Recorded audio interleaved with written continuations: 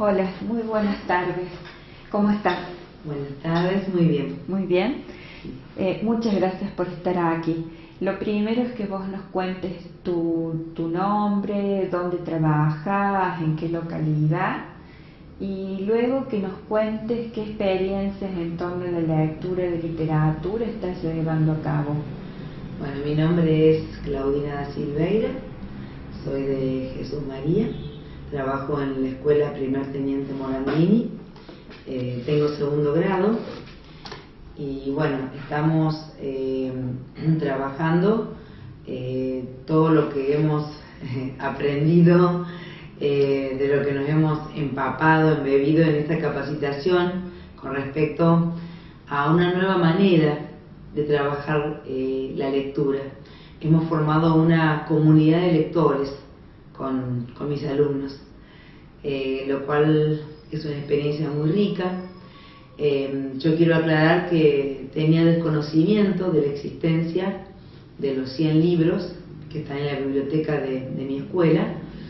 Hace 2 años que estoy en esa escuela y no sabía nada, y cuando comencé esta capacitación fui a la biblioteca y bueno, me encontré con la sorpresa de que ahí estaban todos los libros, muy accesible, tanto para mí como para mis alumnos, ya que los directivos también son muy accesibles. Los libros están en estanterías, al alcance de los niños, se pueden ver, utilizar, tenemos un espacio muy lindo, muy agradable. Vamos seguido a la biblioteca, también leemos en nuestra aula, leemos en el salón de multiuso, leemos en el patio, tenemos almohadones, así que nos trasladamos con los almohadones por distintos espacios y vamos disfrutando de esta experiencia, ¿no? De este mundo apasionante que es la lectura. ¿Cómo haces, Claudina, para decidir qué libro, qué texto de literatura leer con tus estudiantes? Bueno, a veces busco algunos textos que estén relacionados con la realidad de ellos, y otras veces busco textos que no tengan nada que ver. Nosotros vivimos en una ciudad muy pequeña donde tenemos un río que muy pocas veces tiene agua, y cuando tiene agua por ahí ocasiona desastres. Entonces por ahí trabajar un cuento donde está el mar es todo un desafío, porque nos encontramos con olores, colores, sabores, temperaturas, texturas desconocidas para nosotros, pero que podemos llegar a sentirlas y a vivirlas a través de un cuento. Otras veces elijo un cuento que tiene que ver con la realidad, como por ejemplo uno de ellos es Pasito a Pasito, que es un texto que habla de una historia de un abuelo con su nieto, en la cual primero el abuelo le enseña a caminar al nieto, luego cuando el nieto tiene 5 años él sufre un ACV, queda postrado y el nieto le enseña a caminar al abuelo. ¿Por qué es un texto muy cercano? Porque la mayoría de mis alumnos viven con sus abuelos. Es un texto muy cercano porque todos recordamos o podemos preguntar quién nos enseñó a caminar, cuál fue la primera palabra que dijimos. También hemos tenido en nuestra familia alguna persona enferma, alguien que tuvimos que ayudar, ya sea para comer, para caminar o de alguna u otra manera. Algo que surgió, que fue muy hermoso después de la lectura de este cuento, fue cuando mis alumnos me planteaban, ¿y para qué? Dice, existen esos lugares, dice, donde ponen a todos los viejitos. Dice, sí, pueden estar en casa y podemos ayudar nosotros a cuidarlos. Y a mí me gusta también trabajar mucho con ellos el tema de los nativos, ¿no? Y recuperar eso del respeto por la gente, por los ancianos, que son los que tienen la sabiduría. Entonces, bueno, un tema se va entrelazando con el otro, y bueno, y a lo mejor empezamos con el pasito a pasito y con los abuelos y con un cumpleaños y con la primera palabra, y terminamos hablando de los comechingones y del chamán y de los ancianos. Bueno, no sé, ese mundo maravilloso que es leer y que nos lleva por todos lados. ¿Siempre le lees vos a los estudiantes, a los chicos? No, no siempre les leo yo. Es muy rico cuando leen ellos. Hay veces que ellos dicen, Señor, yo leí este cuento, me gustó mucho y quisiera que mis compañeros lo escuchen y lo lean.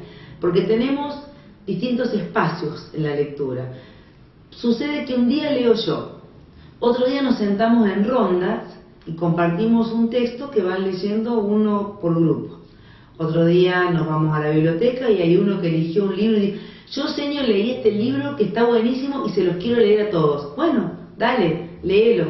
Y escuchamos lo que lee ese compañero. Entonces va surgiendo, fluye, es libre. Y lo importante es que cuando un cuento termina, decimos colorín colorado, este cuento ha terminado y ha terminado. No vienen preguntas. No decimos personaje, inicio, no. El cuento se disfrutó, lo vivimos, lo sentimos y a veces nos quedamos tirados en los almohadones y por ahí si el cuento que leímos fue El árbol de lilas, nos quedamos imaginando o sintiendo el perfume de esa flor un ratito y después ya nos vamos a casa, porque el espacio de la lectura es todos los días antes de irnos a casa. ¿Vos lees antes los textos? Yo leo antes los textos.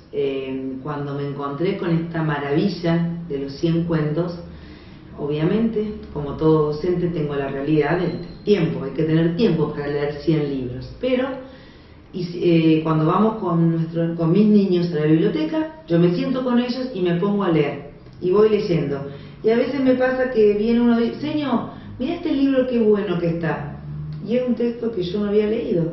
Y me pongo a leerlo con él, lo veo, o de pronto veo un niño que empezó a leer un cuento y lo dejó, rara vez sucede, pero me acerco y digo, ¿qué pasó? ¿Por qué no querés leerlo más?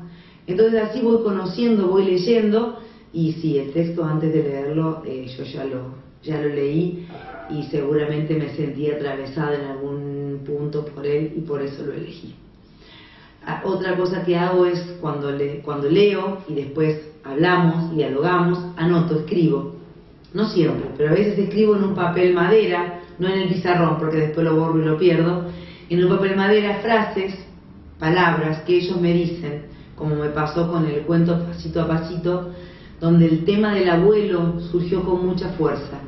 Y eso hizo que yo eligiera un texto que también tratara del tema de los abuelos, a continuación de ese cuento. ¿Otro texto? Otro texto, como es el día que San Pedro viajó en tren. Puede suceder que cuando veo todo lo que escribí, sienta que ese cuento o ese texto ya está cerrado, se terminó. Entonces mi elección sea diametralmente opuesta a lo que veníamos leyendo. Y a lo mejor si estuve con un texto que generó muchas emociones, el texto que elija a continuación sea uno donde sea como divertido, alegre, donde lo primordial sea la carcajada, la broma, para ir cambiando. Vos propones una diversidad de lecturas. Yo propongo una diversidad de lectura. Si bien ellos todos los días eligen un cuento para llevarse a su casa, no se anota en ningún lado el libro que ellos se llevan. Los libros son míos. Son 30 libros míos que yo tengo de mis hijos y que decidí llevarlos al aula. Tienen mi nombre, los libros o el nombre de mis hijos, ellos saben cómo se llaman. Todos los días ellos eligen un cuento y se lo llevan a su casa. Al día siguiente el que lo terminó lo trae, tenemos un escritorio, lo deposita ahí. El que no lo terminó viene y me dice, Señor, no lo pude terminar, me va a llevar 1 o 2 días más. No hay problema. El que no devolvió el cuento, no se lleva un cuento nuevo. Todos los que devolvieron cuentos vuelven a elegir. Y ellos mismos dicen, a ver, Señor, hoy somos 22. ¿Todos devolvimos? Ah, no, hay 2 que no. Bueno, tiene que haber 20. Cuentan, hay 20 libros. Ah, sí, bien, hay 20. Volvemos a elegir y nos llevamos un cuento. Está muy fortalecido entre nosotros la confianza. Yo confío plenamente en mis alumnos y ellos confían plenamente en mí.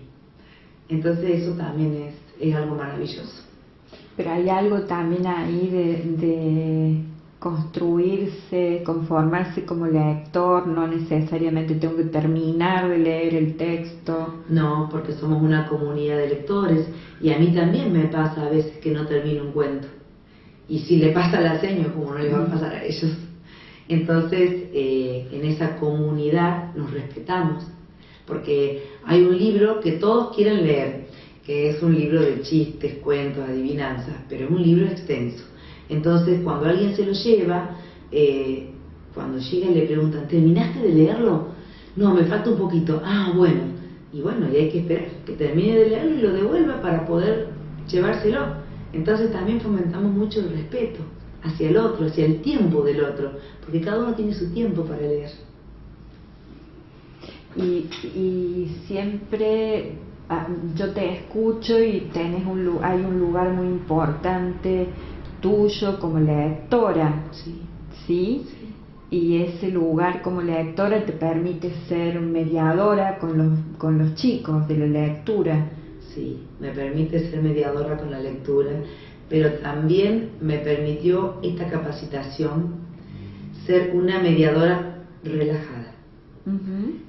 Permitirme que, como esto de ser una comunidad de lectores, y esto es arte, no todo siempre tiene que tener un final y el mismo final. Es decir, puede tener un final acá, otro final acá, otro acá, y está todo bien, porque es arte. Entonces, no hay un sí y un no, un está bien y un está mal. Todo puede ser. Lo importante es enriquecernos con la lectura, permitirnos volar, viajar, conocer, sin necesidad de movernos del lugar. Porque a veces no podemos movernos de ese lugar, por distintos factores. Pero un libro a mí me da las alas, los pies, el vehículo, el avión, el auto, el barco para trasladarme. Muchísimas gracias, muchísimas gracias. Gracias a ustedes.